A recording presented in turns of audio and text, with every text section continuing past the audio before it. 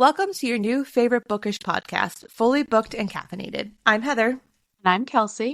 And on today's episode, we will be discussing the second book in the Hunger Games trilogy, Catching Fire by Suzanne Collins. Now, before we get into the nitty-gritty, what you drinking? I've got pretty boring, but I've got a little protein coffee this morning. I have a Malozio Nespresso pod, which is my favorite Nespresso pod. It's like, I don't know what the undertones are. You know how they like list the under flavors? Whatever. I don't know. It's smooth and delicious. And then I have a coffee protein shake because I skipped breakfast for recording. So this is going to hold me over until we're done. So you volunteered as tribute is what you're saying to your stomach instead of... Basically, which is a very awful thing considering there's real people starving in this book. I'm sorry. Anyway, Heather, what are you drinking? I'm also boring today. I'm just having a hazelnut coffee with some sweet cream creamer, but it's delicious. So it's getting me through. That's all that matters right now. It's 20 degrees outside, so I wasn't going to leave to go get coffee. 1,000%. I was like, no, thank you. I agree with that. So cheers. Cheers. Okay, so before we get into the book, obviously I will read the fantastic Goodreads description. Sparks are igniting, flames are spreading, and the Capitol wants revenge. Against all odds, Katniss Everdeen has won the Hunger Games. She and fellow District 12 tribute Peeta Mellark are miraculously still alive. Katniss should be relieved, happy even. After all, she has returned to her family and her longtime friend Gale, yet nothing is the way Katniss wishes it to be. Gale holds her at an icy distance. Peeta has turned his back on her completely. And there are whispers of a rebellion against the Capitol, a rebellion that Katniss and Peeta may have helped create. Much to her shock, Katniss has fueled an unrest that she's afraid she cannot stop. And what scares her even more is that she's not entirely convinced she should try. As time draws near for Katniss and Peeta to visit the districts on the Capitol's cruel victory tour, the stakes are higher than ever. If they can't prove without a shadow of a doubt that they are lost in their love for each other, the consequences will be horrifying. In Catching Fire, the second novel of the Hunger Games trilogy, Suzanne Collins continues the story of Katniss Everdeen, testing her more than ever before, and surprising readers at every turn. I love this because it does give you a sense of the book, but it doesn't tell you the big thing. Like, it doesn't spoil. I was just going to say that. Hunger Games. It doesn't even tell you at all. It just, if I'm being honest, I feel like it gives you what the first 20% of the book is, and that's it. Yeah, like the first 20% and the last 1%. And like nothing in between. Yeah. But I like that because it's the shock is, well, we'll get there. Exactly. So the book opens up with Katniss in the woods, her favorite place, of course, where she feels most comfortable. Where else would Katniss be, realistically? Mm-hmm. Good question. We get a little recap of what has transpired since the games. So her and her family now live in Victor's Village, which is a little area of the town that I don't think I would necessarily say it's nicer than the District 12, but it's more of a hotel than a motel kind of situation.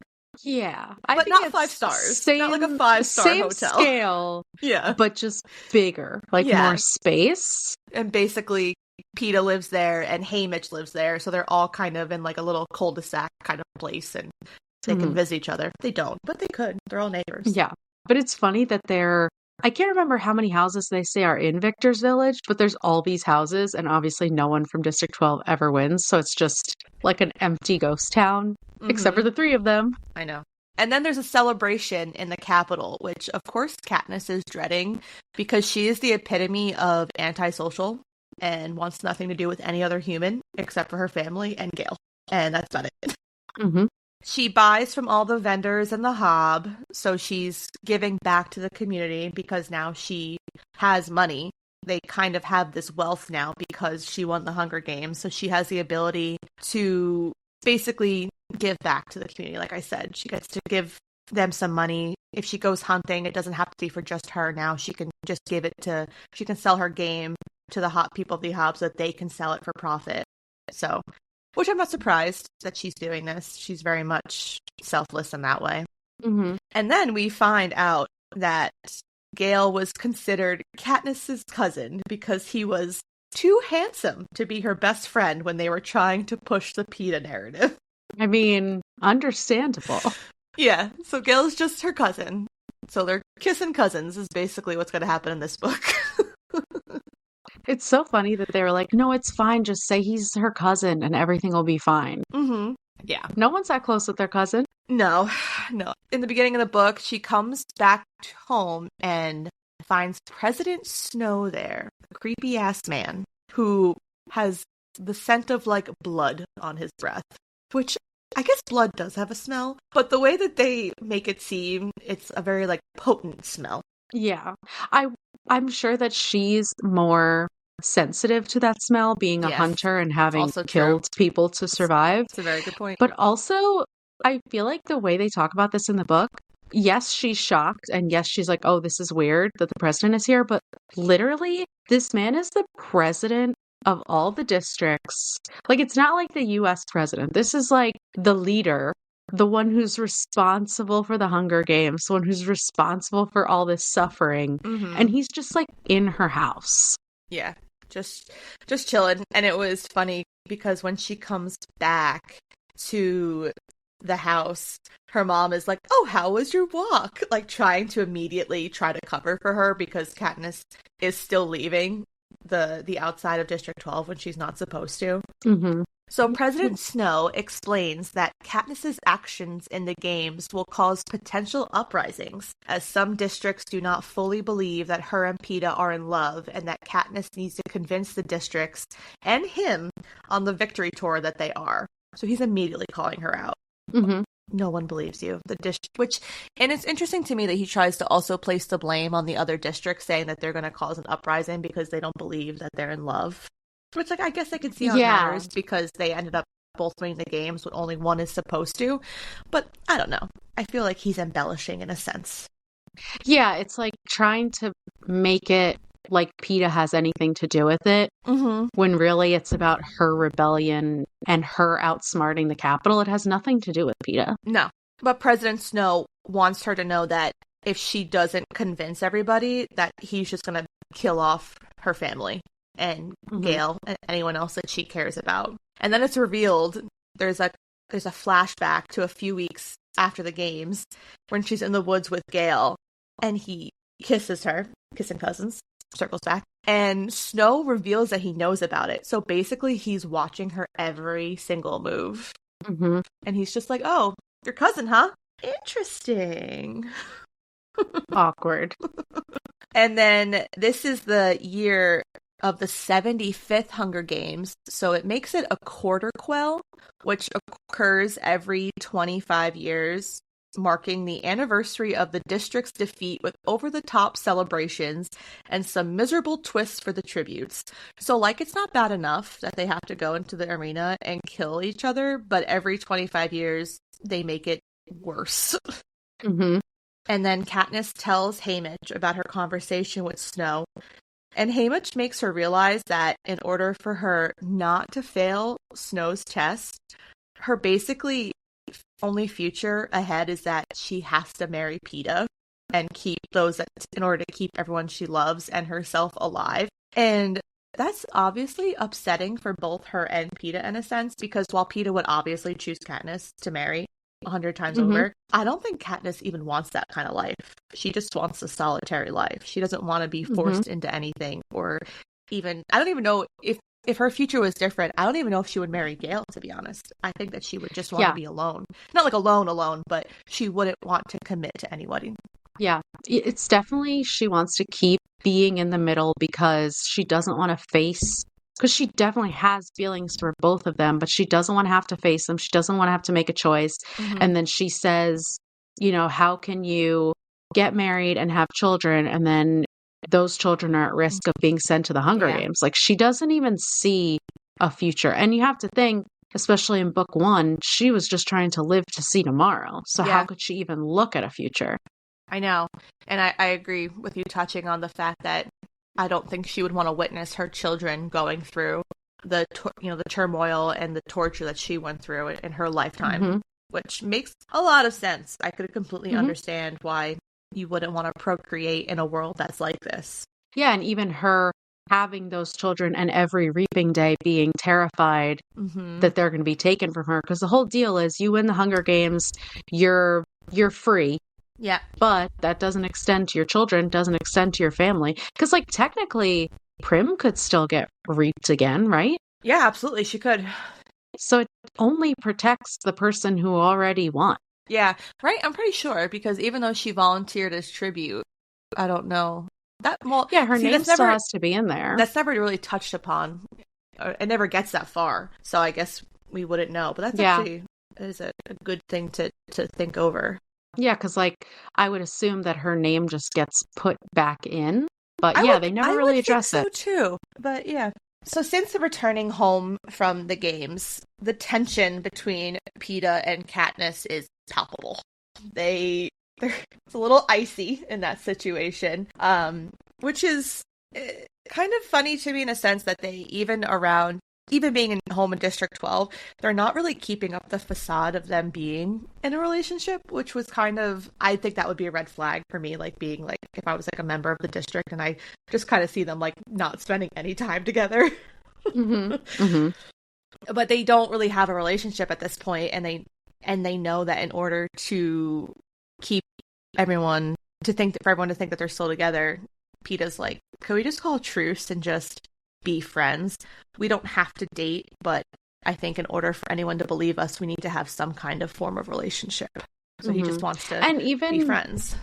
The way he says it is like, it's so sad because he was under the impression that everything that happened in the games was real, Yeah. and she was just trying to save them. And he says, the self-aware king, like, I shouldn't be holding you No. to what you said in the games. You kept us alive, and like, I have you to thank for that. And now I can stop acting like this wounded little puppy, and you could stop treating me like that. And now we could just be humans who could be friends. Yeah, exactly.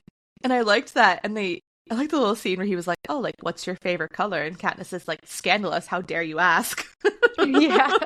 She's so funny, actually. She really is. And it's almost upsetting in a sense. I mean, obviously, I know she's not a real person, but I get emotionally attached to fictional characters, so sue me. But she could be such an amazing person, but she's just never afforded the ability because of the life that she was born into. Because she's just always self-preservation mode. Does have those little moments that shine through, and you're like, oh, I feel even more bad for you now because you could be so much more than what you are. So on their victory tour, their first stop, they start at District 11, and while they're there, Effie like hands them speeches, and they're supposed to read the speech that was written for them. And Peeta just goes off script because Peeta gonna be Peeta. And he announces that the families of the dead tributes will receive 1 month of their winnings once a year, which he's not allowed to offer. It's not something that you're allowed to do. But again, it shows how selfless he is as a person. And then Katniss wasn't going to say anything. She didn't really want to talk at all, but she ends up feeling the need to. She wants to like say her thanks to the tributes families, explaining, while she really didn't know Thresh that well, he still like gave her a moment of mercy. And then obviously she had that wonderful relationship with Rue. And so obviously the tributes from District 11, those deaths were the hardest for Katniss for sure. And so when she says her thanks, every single person in the crowd presses their 3 middle fingers of their left hand against their lips, extending them to her, the sign from District 12. And Katniss is immediately worried about how that's going to look to President Snow, because they're supposed to be stopping any kind of rebellion or any kind of uprising. And this is the exact opposite of that. And this cute little old man did Rue's whistle, and he just got shot, dead. Like, cool. All right. That's just... So now it's basically Katniss realizes what she's truly up against, and that it's just going to get worse. And originally she wasn't. What a way to start. Oh my god, I know. And she originally wasn't going to tell Peeta about President Snow's threats because she didn't want to involve him in that. And then, of course, he's mad about that. Peeta has major FOMO. He truly, truly has major FOMO. And so, he's on her side now, and they know that they really need to work together, because it's not only, which he had a good point too, to Katniss, it's not just her family that needs to be worried about. Like, Peeta also has family, and this could blow back Mm-hmm. on him as well. So they Yeah. realize they just really need to work together. And even the fact, like this, him being left out, this isn't the beginning of it. We see that he has resentment between the relationship. He has resentment about the relationship between Haymitch and Katniss because Mm-hmm. they've always been keeping secrets from him. Yeah. And he didn't receive any help in the first games until he was teamed up with Katniss, until Mm-hmm. they were together. So he knows that Haymitch only helped her. So he's already feeling left out. And now he's like, you left me out of this. I just made things worse and I didn't even know. Like, but they just didn't want to influence who he is, because Mm-hmm. Peeta himself is just such a pure, good guy Yeah, that they're like, if we tell him, he's going to give it all away. Like, he needs exactly. plausible deniability. Because he's such a true, genuine person, and people like him shouldn't have even been in the games because he's Mm-hmm. just so pure of heart. But in order to try to appease President Snow, Peeta does propose to Katniss at the Capitol, but President Snow's like, good try. I don't believe you at all. Which I didn't think he would. I think the moment that he stepped into Katniss's house, his plan all along was to try to bring her down. Mm-hmm. Because she fucked him in the Hunger Games. She defied the Capitol and made him look terrible, I'm sure. Mm-hmm. He was never going to let her get away with it. End No. of the day, Mm-mm. never. And the only way that he knew to get her to understand is to threaten her family. Because if he Yeah, just threatened her, she's like, I don't give a shit. Why don't you kill me now? But exactly. she will do anything for her family Mm-hmm. and for Peeta and for Gale. Mm-hmm. Katniss basically wants to escape. She thinks that her and her family and Gale's family and Peeta and Haymitch, the core people that she cares about, they can all go into the woods and survive because she's so good at that. And she tells Gale that this is her plan, and he's very enthusiastic about it, and he confesses his love for her. He's like, Oh, I love Gale. you so much, and blah, blah, blah. And Katniss just does not reiterate this at all. She's kind of like, because Katniss, and again, I wouldn't necessarily say she is emotionally stunted, but she does not do well with kind of affirmations of love or people telling them how they feel. Mm-hmm. That's not what she wants, I think, nor needs. And she also doesn't, because she's never really experienced, I think, any kind of love. Like, she has her family and everything, but even them, I feel like it's very surface level.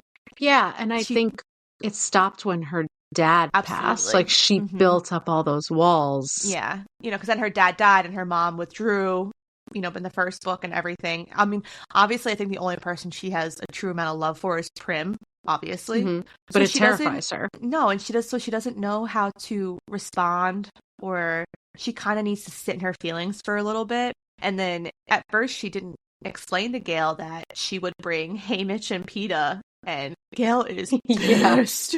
He is so, so mad. He's like, what? What do you mean? No, I'm not living with you and I just told you I love you, and now I have to Mm-hmm. live with you and your boyfriend in the woods. Like, no, thank you. Which, by the way, I just have to say that this is the most unrealistic part of this entire book, not even the dystopian part. The most unrealistic part is that two men are so open with their feelings, Uh-huh. confessing their love, just openly, freely, knowing that they're not going to get anything back, because Gale and Peeta do not hold anything back when they're telling Katniss how much they love her. And Mm-hmm. she's just like, thanks? Question mark? It's a no from me, dog. Like, she's just She's like, like, it's a maybe just so that you'll do what I want you to I do. know, I know. And so while they're kind of having this little mini argument, she accidentally spills the beans about the fact that there's an uprising in District 8, and that she unintentionally discovered this when at the mayor's house, because the mayor has access to everything. And I believe she saw a video or was a phone call. It was something, I think it was like on TV, if I remember correctly. Yeah. And Gale changes his tune real quick in the sense that he's so glad to see rebellion happening and he wants to get involved, which Katniss is like, no, please don't do that. But Gale's like, he said something. I actually took a quote from the book that I liked that he said. And he said, "What about the other families, Katniss? The ones who can't run away? Don't you see? It can't be about just saving us anymore. Not if the rebellion's begun." And Gale kind of makes you think, even the reader, in a sense, see that while this book is clearly about Katniss and her journey, it's not just about Katniss anymore. What happened in the games really did unravel something that I think was underlying for a very long time, but Mm-hmm. her defiance put everything into motion finally, in a sense. And it goes back to what she said to President Snow when they had that impromptu meeting, when he was like, oh, the whole system can be taken down. And she's like, it must be a fragile system if it can be taken down by a Yeah. few berries. Mm-hmm. And it's true. Like, the capital keeps the districts, obviously at arm's length, keeps them incapacitated, starving, reliant on the capital so that they'll never have the power to rebel again. And even though they still have all of those, drawbacks that are keeping them from it, it's like all they need is just that little spark of hope. And Gale is like, it's finally time. Like, I'm ready. Let's fucking do this. Yep. One of the hardest things in the book for me to read, and I think obviously for Katniss, was Gale ends up getting tied up in the square for poaching a wild turkey, and he's being severely beaten by a head peacemaker, getting whipped in the back, basically. And she tries to intervene, and she gets slashed in the face. And then while caring for Gale, she realizes that she does have some form of feelings for him. So she's trying. She's adapting and trying to figure out who she is, and that she can't run away, that she needs to stay and cause trouble. Mm-hmm. But also the fact that she only realizes that she has feelings for Gale when he's being hurt, same as in the first Hunger Games, she only realized she had feelings for Peeta when his leg was about to fall off. yeah, Like, are these real feelings, or do you just not want them to die? it's basically when she's faced with a traumatic event, it's kind of all her feelings surface to the level. They kind of all bubble up to outside of her. And but she, again, it could be that, like you said, or she just very much is very good at suppressing her feelings. And it takes, or a combination of both. Yeah, it takes a crazy moment in time to make her realize, oh, I do have feelings for people. But that entire scene in the book where he's getting cared for by Katniss's mom, and just, I wouldn't necessarily say I was like grossed out, but it was definitely hard to read because it's, oh yeah, like his whole back is just, it says like his skin was like ribbons, and I'm just like, no, yeah, she's like placing the skin back in place. Yep, no. And he's unconscious for most, like, he's in so much pain that he's unconscious during the beating, and then doesn't wake up for like days after. No. Like, that's how traumatic it was. Yeah. And then to go back to her realizing she has some form of feelings for Gale, in the next chapter, she has a nightmare and she wishes that Peeta was there to hold her, until she remembers that she's not supposed to wish that anymore. And so a quote from the book that I also liked was, she says, "I have chosen Gale and the rebellion, and a future with Peeta is the Capitol's design, not mine." So, oh, that's so sad. So she's saying, I can't be with Peeta because that's a facade in a sense, and the only reason why I did that was to survive the games, whereas her feelings for Gale, I guess in a sense, could be more realistic because she has grown up with him, and he is that safety blanket for her and everything. But she doesn't feel like her and Peeta are the same type of people, which they are not. No, they're definitely not. And like, that's acknowledged in like the movies, that's acknowledged in the books. Like, their paths truly never would have crossed.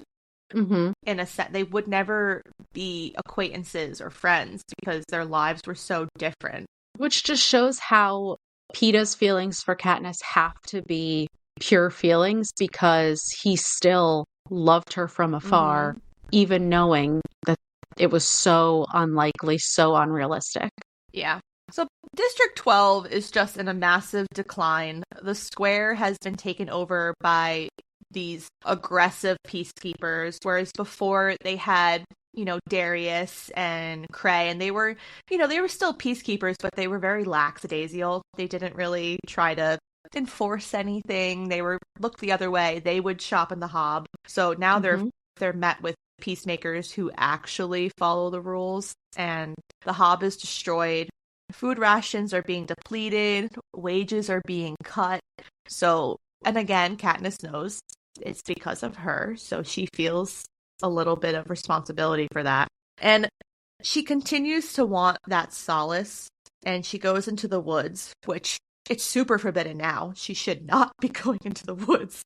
Yeah, what is this girl doing?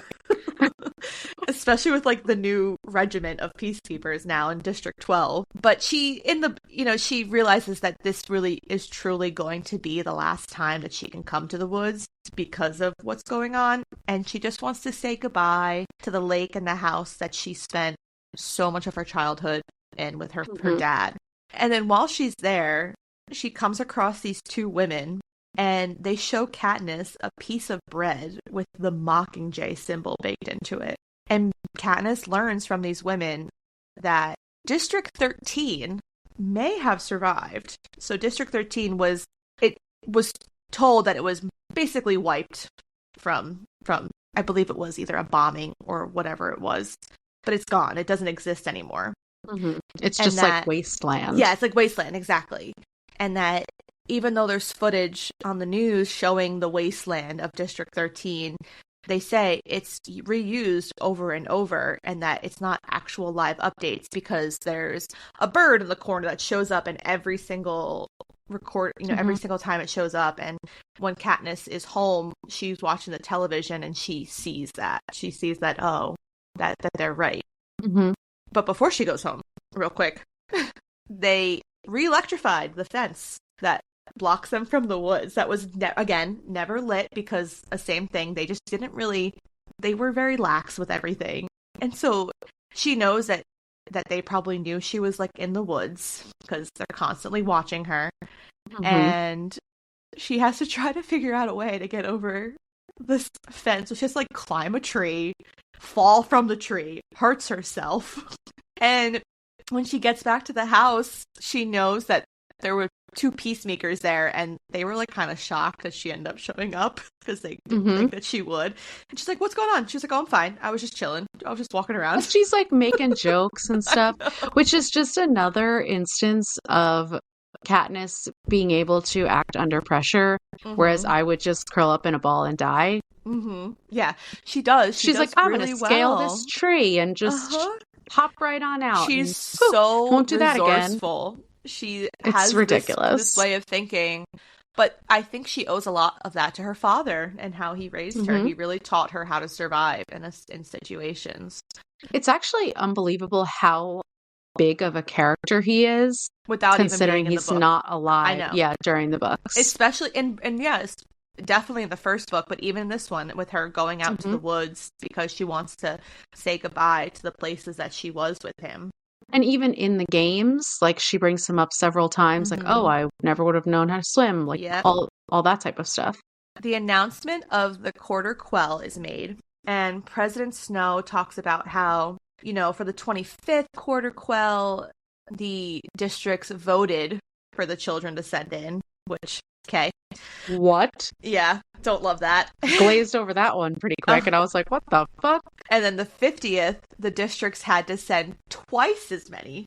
So instead of 24, they had 48 people. So that's wild. And it wasn't that the one that Hamish won. Yeah. So crazy. And now for the 75th, I shall read what President Snow had said on his podium. On the 75th anniversary, as a reminder to the rebels that even the strongest among them cannot overcome the power of the capital, the male and female tributes will be reaped from their existing pool of victors. President Snow is just giving a big fuck you to Katniss Everdeen. Savage, brilliant. Yep. He's basically was like, you thought, truly, you thought. You are not going to escape it the second time around. You are going to die. It's his mission in life is to kill Katniss Everdeen now. And to make an example out of her. Like, it's going to be, we're not just going to kill you in the woods. We're going to make an example out of you. It's going to be very public. And first, we're going to let the other districts watch you break down, betray, kill, and then you're done. Yeah. So, of course, all the victors, all the prior victors, will soon learn, are pissed about this because it's not fair. You know, they already did what they were supposed to do. They won. That was supposed to be it. And obviously, Katniss's family is distraught because she is the only female tribute. And she knows that if Haymitch gets picked first, Peeta is going to volunteer as tribute, and which, spoiler alert, that's what happens. And Katniss makes Haymitch promise her that they will save Peeta this time. It's not her, it needs to be him. And she says, like we talked about before, he doesn't, in a sense, he doesn't deserve this. Not that anybody deserves it, but especially not Peeta, because he's just too pure for the games. He's someone that's decent, and he should be the one to win, to survive. And both Katniss and Haymitch explicitly say that. Like, first of all, the fact that Katniss ran away to hide and like wallow because obviously it's horrible news. And then she finally starts thinking about Peeta and Haymitch and runs to Haymitch to make this deal. And Haymitch is like, what does it say about you that Peeta was here immediately thinking of you, putting you first? And then he says you could live 100 lifetimes and not deserve him. Oh, that ripped me. Oh my God. I was like, you know what? It's so horrible because it's true, but that's part of why Peeta loves Katniss so much. Yeah. And he just accepts the fact that she's so selfish. Like she's always had to be. I'm not saying it as like a horrible thing, but even when she wants to run away, that's selfish because she's not thinking of the people she's leaving behind. Even when this happens, you know, she's only thinking about herself first. And then she realizes, oh shit, Haymitch or Peeta is going to be there with me. Yeah. Ugh. I know. He deserve better. My love. I just love Peeta so much. So the first encounter that Katniss has at I don't even remember where they go. Do they go to the Capitol? Is that where they start when they all go for like the victors? Oh yeah, it's like the training center and stuff like that. Yeah. So her first encounter is with my personal favorite, Finnick Odair. Love him so much. And his famous line, "Want a sugar cube?" And he's this is funny. Basically fucking with her.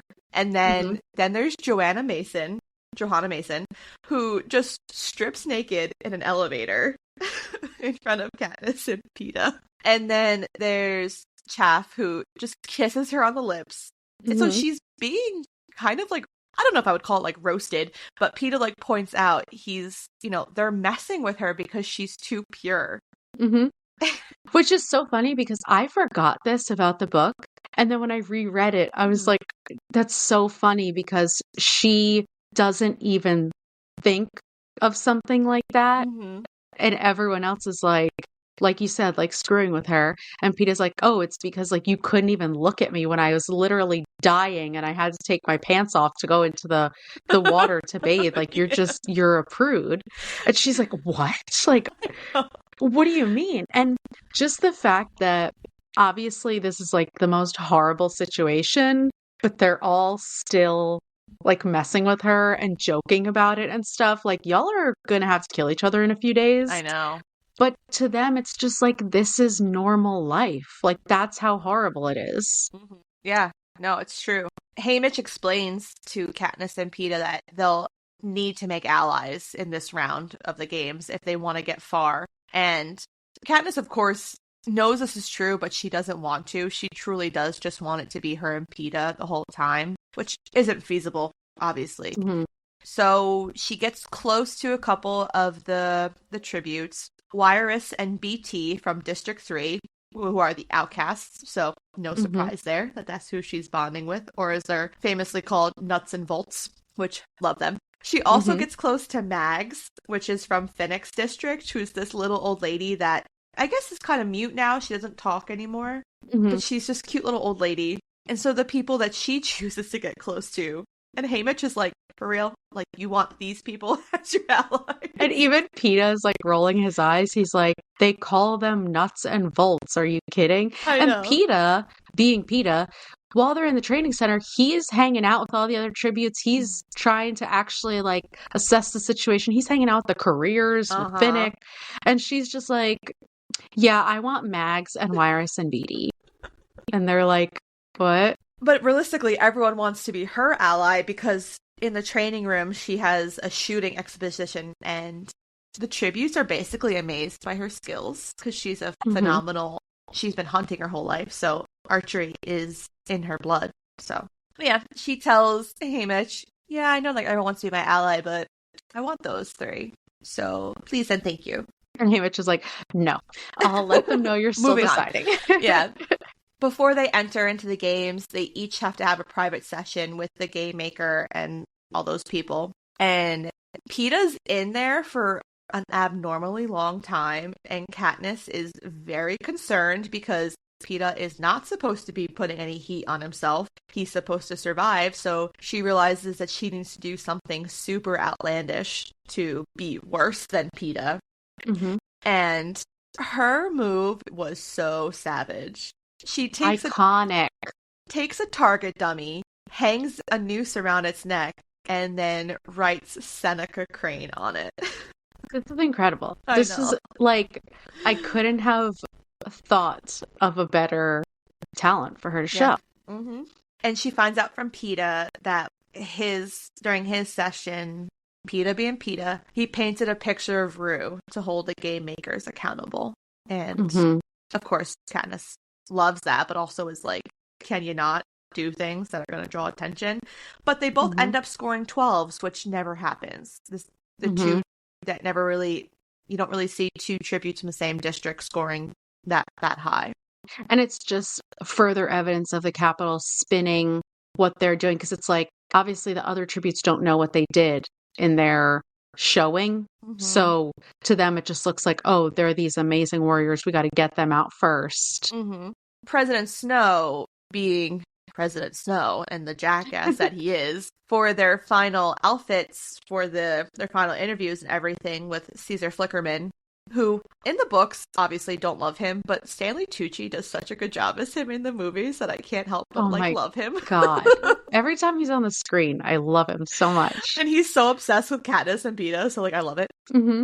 Mm-hmm. But he makes her wear her wedding dress for the final interviews, which in the book, we didn't really talk about it, but she tries on a bunch of dresses. The Capitol gets to vote for their favorite one. So the favorite dress the Capitol voted on, she has to wear. Mm-hmm. And Cinna's like, I made some modifications of it. NBD, like, you'll be fine. And Katniss is like, do I twirl? And Cinna's like, you'll know. And like, yes, you're definitely going to twirl. Like, look at me if you can't figure out when. And Katniss does it. And she discovers that Cinna turned her dress into the Mockingjay. So Katniss is the face of this rebellion and of this uprising. And Mm-hmm. Cinna did a beautiful job with that. Mm-hmm. This is kind of even more examples of how I feel like selfish is the wrong word for it. But as soon as that happens and Katniss realizes that, oh, she's a Mockingjay, which is like a symbol of the rebellion, and Cinna knew what he was doing, and these people who are helping Katniss have made the conscious decision. They know what the consequences are going to be. Cinna knows what he's doing by making this statement, and Katniss's first thought is like, great, now here's another person that I have to feel guilty about, another person that I have to feel like I have to protect, that I have to feel responsible if something happens to them. And she's not really acknowledging that they know what they're doing Absolutely. and they're willing to do it because of what they believe in and because they believe in her. Exactly. 100%. PETA will not let Katniss show him up.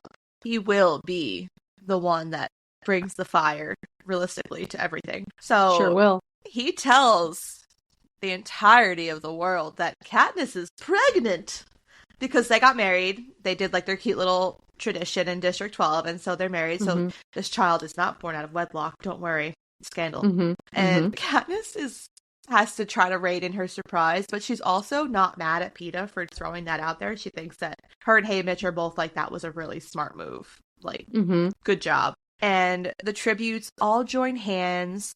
And it's at this point that you could just feel how, even during their interviews, they're all pissed that this is their life right now, that they have to go back into the games. And the fact that they all join hands is, again, another sign of rebellion against the Capitol, because tributes are never like this. They never are unified in a sense. But obviously when they go into the games, that's going to be all thrown out the window. But in that moment of time, it was like they were trying to pull on the heartstrings of the Capitol to stop the games, which I think was also PETA's hope by telling them that Katniss was pregnant. Are they really going to send a pregnant woman into the arena? Which, of course, is President Snow. He's sadistic. He does not care. Oh, absolutely. But it is crazy that that President Snow and the game makers and stuff took this risk with the Quell, because, they talk about it in the book that a lot of these victors are darlings of the Capitol, like especially Finnick and like some of these people who won a long time ago. Not only do they all know each other, so of course they're pissed about that, to go in, they know they're going to have to kill people who they built a relationship with, but there's this risk of the Capitol being upset because these people who they've grown to love, their victors, are now being sent back to die. And it's like, I guess the pros outweigh the cons for President Snow. Like, he's like, whatever, they'll get over it, because once the blood starts spilling, they'll be on board. But the outrage from the people in the Capitol is like a palpable thing. Absolutely. It definitely is. Right when Katniss is going to be sucked up into her tube into the arena, she gets in there, and then her and Cinna realize that she's not moving when she's supposed to be. And unfortunately, peacekeepers come into the room and they beat Cinna badly. Katniss doesn't know if he's alive, if he's, and if he is still alive, are they going to torture him? So again, like we said, she feels that responsibility, but Cinna had told her numerous times that he will make his own decisions for himself, and he knows what he's doing. So when he makes her outfits, he knows that he is rebelling in his way. That's how he can rebel. And so while it's sad, obviously, that this is happening to him, I think he had to know that would happen, or something along those lines would happen. But he even says it in this book that he's still betting on her. So it's sad, because we love Cinna. This was a sad one. But we talked about how much we loved him in the first one. Oh my God. Totally. But it also felt kind of necessary. Yeah. For the cause. Yeah, and, no, absolutely. You had to know that there was going to be bloodshed that we didn't want to see, but you kind of have to. In these dystopian books, you have to have the deaths that are going to hurt the most. So when Katniss gets up into the arena, she sees that they're surrounded by water, so they have to swim to get to the cornucopia. When she gets there, she is immediately met by Finnick, and before Katniss can do anything, he throws up his wrist, or his arm, and on his wrist is a bangle that Haymitch was given. So she knows that Haymitch gave that bangle to Finnick, and he's like, good things we're allies, right? And in that moment, you would think that Katniss would start to put the pieces into place, that there was something going on, but she just doesn't. She just not yet. Yeah. She's just like, oh, I was too stubborn, so now they're forcing me to make more allies. Or less, yeah. Which is what happened, but yeah. And then she can't find PETA, and then she realizes that he's on one of the I don't even know what platforms. Thank you. Guess. I'm like, what would I even call that? And so I don't know if he was just stunned or if he just doesn't know how to swim. Like, there was this moment where I didn't realize why he was still, like, why he wasn't moving. He didn't try to jump off. And so Finnick goes in and gets him. That's something crazy that they do talk about in the book, that you don't even think about the fact that some people from the districts wouldn't know how to swim. Yeah. Because they've never been exposed to water. Yeah. And so it's like, that's another way that the game makers add to the game. Yeah, because Finnick was even surprised that Katniss knew how to swim as well as she did. And it was because, back to being at the lake, her dad, just showing her survivor skills. So Katniss realizes that she kind of needs to keep Finnick around because he went out of his way to get PETA for her. And so it's Finnick, Katniss, Peeta, and Mags to start. They're like the little foursome that sticks together. And they're going through the jungle, which I would not want to be in a jungle. That has It to be sounds the worst. terrifying. Oh yeah, this is like the most terrifying jungle I've ever heard of in my life. So they're walking through the jungle trying to find fresh water and everything. And at one point, Katniss realizes that there's a force field. So when she was in the training room, Wirus and BT had shown her that where the game makers were watching from their little room, that there was a force field around them, that they were blocked. And they're like, oh, see how there's like a wave, like you can tell that there's something there. And I like how Katniss is like, yeah, it's probably because I shot an arrow at them last year, so Whoopsie. yeah, whoopsies.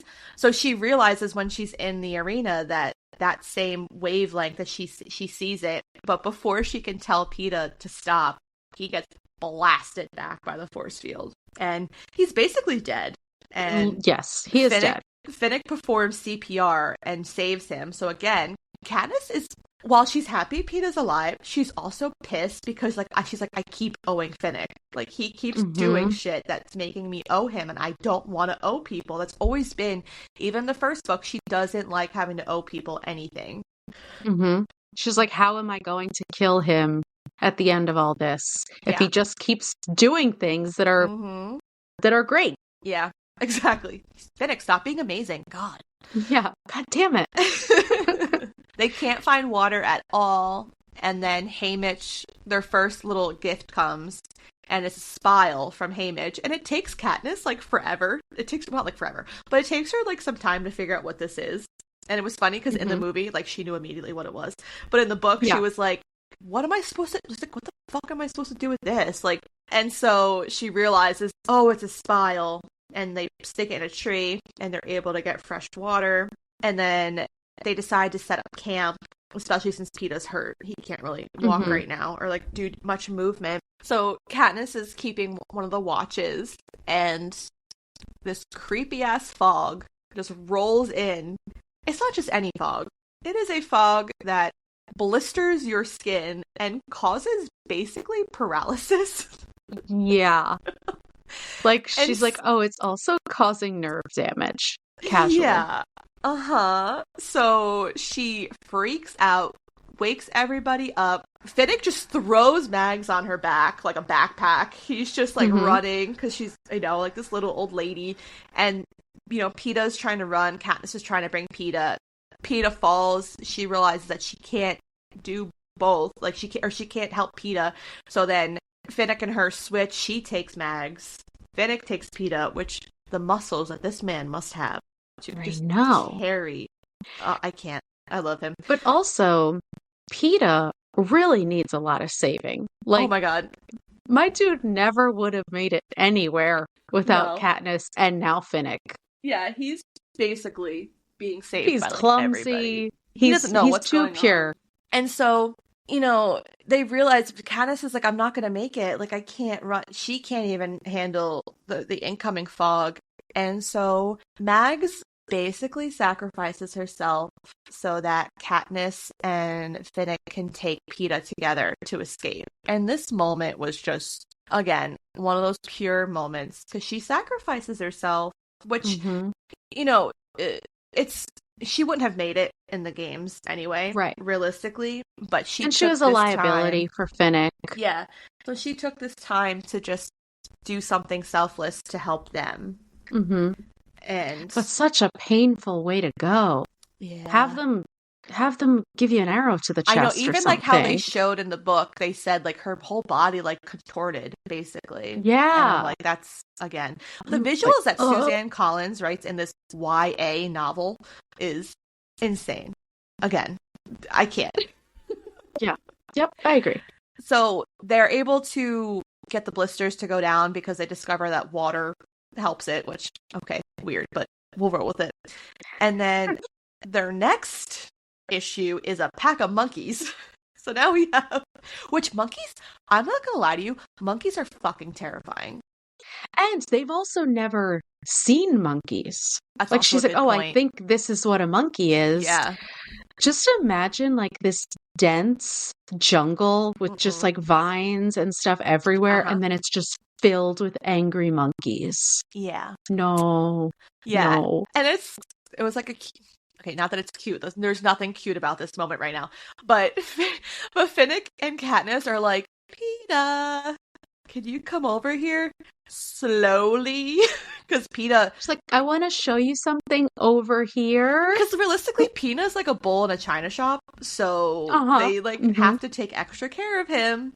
And he almost gets killed by a monkey, but out of nowhere, the tribute from District 6 just like throws herself in front of the monkey and sacrifices herself. And again, Peeta says like Katniss realized that she sacrificed herself, and she's still not getting it. She's still not Yeah. getting it, not She's understanding. getting that something's going on, but she Yes. has no idea what that could be. Mm-hmm. And she's like, this doesn't make any sense, which Yeah. I agree. I would also be very confused. Yeah. They get away from the monkeys and they're sitting on like the beach by the cornucopia, and then Johanna shows up with Wyrus and BT, and Joanna says, I got them for you. And again, Katniss is like, what do you mean you got them for me? I don't understand Mm-hmm. what's happening. And Wyrus keeps saying tick tock, and Joanna's like, please take nuts. I can't deal with her anymore. She will not stop saying tick tock. And Mm-hmm. then Katniss And they're realizes, covered in blood, I by know. the Oh, that's way. right. I forgot. They're covered in blood because there was a blood rain. But Yeah. then Katniss realizes that the arena is a clock, and that at every hour something happens in a different wedge of the jungle, because they're in a circle. Mm-hmm. So there was the beginning one was the lightning to a tree. Then there was the blood rain. There was a wave. There's fog. There's monkeys. So they don't even know what the other ones are because they Mm-hmm. haven't experienced them yet. So they go to the cornucopia and they discover that where the tree is, that's the tail end of the cornucopia. So that must be 12. That's midnight 12. And so they're able to understand what's happening, which of course is going to make the game makers big mad because they're too smart and they're figuring out their plan.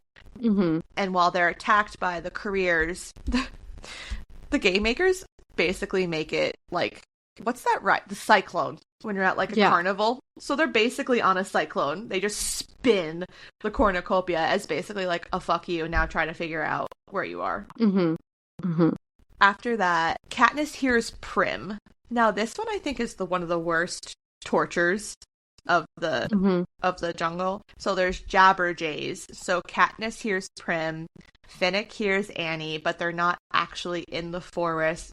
But Finnick says to Katniss, which is true, he was like, how do you think they got them to make those sounds? So he's thinking that they took their loved ones and they're currently torturing them now. Mm-hmm. But that was a really hard thing for them. And Peeta and Joanna weren't in that. It was just Finnick and Katniss that were stuck there. And like Peeta Mhm. tries to like take care of Katniss afterwards because she's basically traumatized Mhm. because she hears Gale and Prim.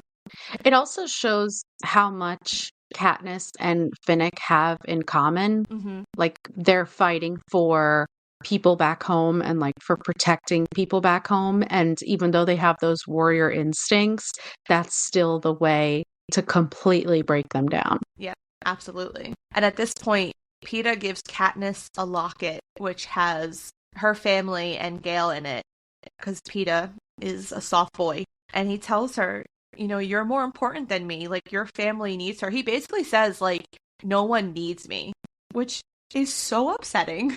Because We need you. Because then Katniss realizes, she's like, no, like, I need him. Like, I need Mhm. Peeta. And then they have a wonderful kiss. One of those kisses that she actually feels something like she felt the first time when they were in the first Hunger Games. Mhm. And again, she still can't decipher what this is, what this feeling is. This is also love in the face of tragedy. Mm-hmm. Like, because Peeta says, I know that Haymitch made you promises, but he made me promises too. And it's Yeah. really sad when she, in her mind, agrees with what Peeta's saying. Mm-hmm. Like, she's like, yeah, his family will mourn him and like a couple friends and stuff, but then Yeah. they'll be fine. And I'm like, God, that is horrible. Yep. So that these next, basically the rest of the book from here on out is just chaos. Absolute chaos. So BT has a plan with the wire that he has. He wants to attach it to the lightning tree to electrocute the careers. And so they kind of have to split off because they need to do the, I guess, move the wire to a part where they think the careers will be, so that if they're in the sand, they'll be electrocuted once the lightning tree hits. So Katniss and Joanna have to go try to set it up. And Peeta is like, I need to go with them. And they're like, no, everything's going to be fine. You know, we'll be back. And of course, things were not fine. They were attacked. Chaos ensues. It's just Joanna knocks out Katniss with the wire spiel and then cuts her arm. And so Katniss thinks that Joanna is trying to kill her, basically. So she takes this as, oh, okay, I can no longer trust anyone but Peeta now. So she's Brutus and the other girl whose name I cannot pronounce. It's like Anabaria or something weird. I think that's right. Okay, thank you. Great. Wonderful. So they run off after Joanna, and then Katniss needs to go find Peeta because now she's concerned that Peeta's been killed because she hears a cannon go off too, so she thinks it's Peeta. She finds BT just knocked out by the lightning tree, and there's just so much going on. She's yelling for Peeta. She's like, bring them to me so that they kill me. And then before she went into the arena, Haymitch had said to her to remember who the real enemy is. So it's almost like Katniss, I wouldn't necessarily say she puts it together because she does not, but she realizes that the real enemy is it's President Snow, it's the Capitol, it's the game makers. So she takes her arrow with the wire and shoots it at the force field, and boom, it just it's basically incredible. Over. The arena is fucked. But like you said, does she put it together? Because this is a girl who has not, like, this stuff has been staring her in the face the whole games. She cannot figure it out. And all of a sudden, she looks at, because the wire was attached to a knife, I think, that Beatty was. Yes. Was trying to penetrate the force field with. So she, with. like, puts it in, like, the wire, and, like, she puts it, like, in her arrow and, like, shoots it. Yeah, I'm like, I never would have come to this conclusion. She can't figure out the most obvious thing, but to her, this is clear that this wire is going to, like, explode the force field. So I don't know if she knew exactly what she was signing up for, but it worked. Yeah, and so she's lifted from the arena, and she wakes up in a medical room, and she's so disoriented, and she just needs to find Peeta, and she doesn't know who has her, so she thinks that she's been, you know, it's like the Capitol, President Snow has her, so she's like, I need to kill Peeta before they kill Peeta. So that they don't torture him, for sure. Exactly. And so she discovers Plutarch, Haymitch, and Finnick in a room. So Plutarch Heavensbee was the new game maker. And in the beginning of the book, he has a dance with Katniss at one of the Victor Village things that they were doing, or the Victory Tour. And there was a moment in that scene where his watch flashes the Mockingjay. So right there, without anyone realizing it that's reading the book, that was foreshadowing what was to come. Because Plutarch is from District 13, and this was his plan all along, was to basically screw the Capitol over. And I actually highlighted the part. It's like a little long, but because I think that this describes everything perfectly. So, there was a plan to break us out of the arena from the moment the quell was announced. The victor tributes from 3, 4, 6, 7, 8, and 11 had varying degrees of knowledge about it. Plutarch Heavensbee has been, for several years, part of an undercover group aiming to overthrow the Capitol. He made sure the wire was among the weapons. BT was in charge of blowing a hole in the force field. The bread we received in the arena was code for the time of the rescue. The district where the bread originated indicated the day. 3. The number of rolls the hour. 24. The hovercraft belongs to District 13. Bonnie and Twill, the women I met in the woods from 8, were right about its existence and its defense capabilities. We are currently on a very roundabout journey to District 13. Meanwhile, most of the districts in Panem are in full-scale rebellion. And this is crazy because it's only been a few days. since the game started. And in those few days, the Yep. rebellion has fully Yeah. commenced. And Katniss is pissed that she was not filled in on this plan. And Haymitch was like, we couldn't tell you and Peeta because you guys would have screwed it up 100%. He's not wrong. He's No, not wrong at all. he's not. And so now, obviously, you know, she's putting it all together that what was happening in the arena was because they were all on her side without her realizing it. Yeah, because Haymitch had told them the only way to keep her basically under control is to do what she wants. So save Max, Beady, Wirus, make sure that you keep them safe. Obviously, make sure you keep Peeta safe. And then the whole rest of the plan can happen. Yeah. And then another quote from the book, Katniss says to herself, the bird, the pin, the song, the berries, the watch, the cracker, the dress that burst into flames. I am the Mockingjay, the one that survived despite the Capitol's plans, the symbol of the rebellion. So then she also realizes that she's the symbol of the rebellion. Mm-hmm. Which is a big moment because the whole time that she's making all these decisions, from when her and Gail had that conversation and she decided that she was going to stick with the rebellion, she's like, Peeta has to live because Peeta's better with words. Peeta can convince people, and then they'll just use my death as a symbol of the rebellion, and then Peeta will be able to use his words to convince people. And now she's realizing that was never, she had her own plans, but there are bigger plans going on. Yeah. And she didn't have a say in it. And now she has to be the symbol. And also, I'd like to remind everyone that she is a teenager. So there is a teenager that is the face of a rebellion. It's wild.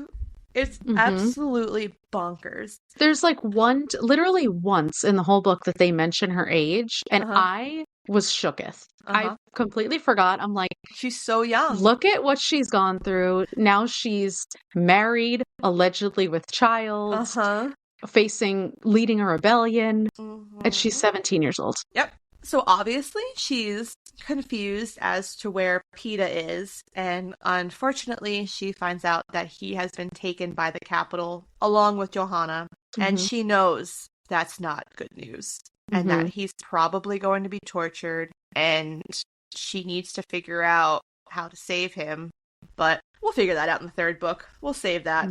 So the book ends with Gale showing up to see her, and he unfortunately has to explain to her that the district was bombed and that there's no more District 12. And she's like heartbroken. And the book just ends. Just like that. Just ends on that note. There is no District 12. The end. Literally. The end. When I forgot that was a thing that happens. And so when I got to it, I was like, oh my God. You have to wait until the third, which at that point the third book hadn't been out yet. So you had to wait until the third book came out. And so the suspense. Yeah, because there's not only is it a cliffhanger in this whole rebellion, but it's also you don't know what that means. You don't know what District 12 being gone means. No. All you know is that Gale reassures her that he saved Prim and her mother, and that's it. Yeah. So this book, and I forgot how much I loved this book. This is still my favorite out of the series. It's so good. It's so well written. And you forget again that this is a YA book. Oh, yeah. Because, you read YA books and the tenor of them is, I wouldn't say slightly immature, but it doesn't have that true maturity. And the way that Suzanne Collins writes, I remember, I will tell you this, when this series came out, my grandma read them. Oh, really? Yeah. My grandma loved these books. So, realistically, anyone of any age could read these books because they're that good. We watched the movie. I thought the movie was way better than the first one. Yes, the cinematography I would agree. Was so much better, and I think it stayed very, very close to the novel. Yeah, much closer than the first one also. Yeah, there was a couple things they obviously had to change, but I think that this was the better movie as well. Yeah, I loved this movie. And a lot of the characters in the movie are a lot more likable than they're portrayed in the book. Katniss, obviously. Haymitch, who's much angrier in the book, but Oh, in the so movie, there's much. these like tender moments where he like hugs Katniss Hmm. or, you know what I mean? Or like even smiles at her. But Joanna is it's way less aggressive in and the movie. also Still like aggressive. it's also like Woody Harrelson that plays Haymitch, and I can't see him being angry. Like he was in Zombieland. Like I just can't Yeah, see him being an angry kind of person. And oh my god, the scene in the elevator with Johanna was one of my favorite scenes. Jennifer I love Lawrence's it. facial expressions, phenomenal. Deserves an Oscar for Hmm. that alone. Like it was just Hmm. so she was the eye roll was amazing. And even Finnick, too. Oh god, Like don't get me in the started. book, he sounds so much more unlikable. Mhm. And then the way he's portrayed in the movie, like, how could you not love him? I know. I also just love Sam Claflin so much, so The casting it, truly is incredible. Like, especially in this even, movie. Mm-hmm. absolutely. And even Effie, like in the Oh, books, mm-hmm. she's so like vapid and all this stuff. But in the movie, Elizabeth Banks, are you kidding I me? know. Like, just does such an incredible job, makes her so lovable in spite of her, capitalness. Uh-huh. It's so good. And I will say Jennifer Lawrence is incredible. There are a few parts where she does overact it a little bit. But you know Of what? course. She's portraying a 17-year-old who's watching Uh-huh. everyone around her die. So we're gonna let it go. My second favorite eye acting expressions after the elevator is the ending. Like that final shot Mm-hmm. where Gail tells her there's no District 12, and at first she's like crying. You can see her, it's just a close up of her face. You can see her trying to figure out what this means, and then you watch her expression turn to anger, and she makes that like eye contact with the camera. It's so good. So It's good. so good. So good. Definitely a better movie and a better book, in my opinion. Hmm. Was there anything else you wanted to discuss? I don't think so. Oh, I do want to bring up the that thing that I sent you on, I don't remember, I sent it to you, but where they were talking about how the casting of Peeta and Gale is unfair, and that's Yeah. why everyone was so Team Gale at the beginning. And I'm not saying Josh Hutcherson is not adorable, because he is, but he is not a Hemsworth. Like that's I unfair know. But to compare them. he did have a glow up in Catching Fire though. Oh, definitely. And He definitely. he's more lovable in Hmm. general, Yeah. like just after you see his personality. But it's unfair to cast these two and expect Jennifer Lawrence to make a decision, I okay? know, Just 'cause right off the bat. especially I feel like in the book she wasn't you couldn't really tell how she felt about Gale or Peeta, but I will admit the chemistry that she had with Liam Hemsworth on screen, aside from Josh Hutcherson in this movie, I was like, oh, like she really is into Gale. Like you could just tell that she had like Hmm. feelings for Gale. Where in the book you're kind of like, I don't know, but in this movie, the chemistry that she had with Liam Hemsworth was really good. Yeah, in the book, it's like, is this a convenience thing? Mm-hmm. Whereas in Exactly. the movie, it's like, no, you like us see how hot he is, Yep. and you want to kiss him, which Yep. I completely understand. So, yeah. All in all, I am very happy that we reread this one because Hmm. this is one of my favorites. Yeah, I agree, definitely. The movie is just so good. And I really like how close they stay to the book, because there's Mm-hmm. so much. And the book, I mean, it's a quick read because it's YA, but it is Mm-hmm. pretty long. You're more than halfway through before the games even start. Like the Yeah. games are such a small They really are portion in this book. of the book. So for my ratings, it'll be out of Mockingjays because that seems appropriate. And I I agree. absolutely gave this a 5 out of 5 Mockingjays. I've said it a million times so far. It's just, this book was so good. And that's all I can say. Hmm. It's just, it was so good. There was not one thing I disliked about this book, if I'm being honest with you. I completely agree. I am giving it 4.5 Mockingjays, but that's only because this is a very rare instance where I feel like, as much as I loved the book, I actually loved the movie more.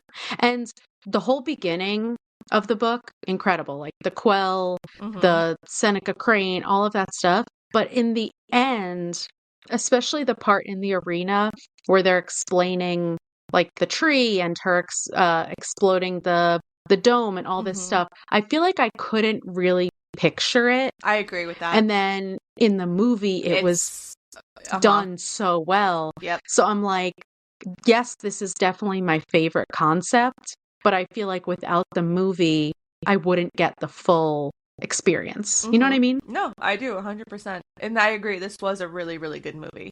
Like I Hmm. enjoyed it from start to finish. Same thing. It was just really, really well done. Yeah. And I'm excited for, obviously, we've both already seen and read the third one, but I'm excited to see how those compare because it's so hard to separate Hmm. them when you're remembering it. I remember I didn't love the movies as much, mainly because they broke it up into two movies. And I Hmm. think it was just, and I think the book itself too was a little long for me, but we'll see. Because I might Yeah. change my opinion. I read it so many years ago.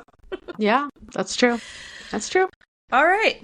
So that's all we have for you today. If you like what you heard, please make sure to follow, subscribe, and rate and review the podcast on whatever platform you use.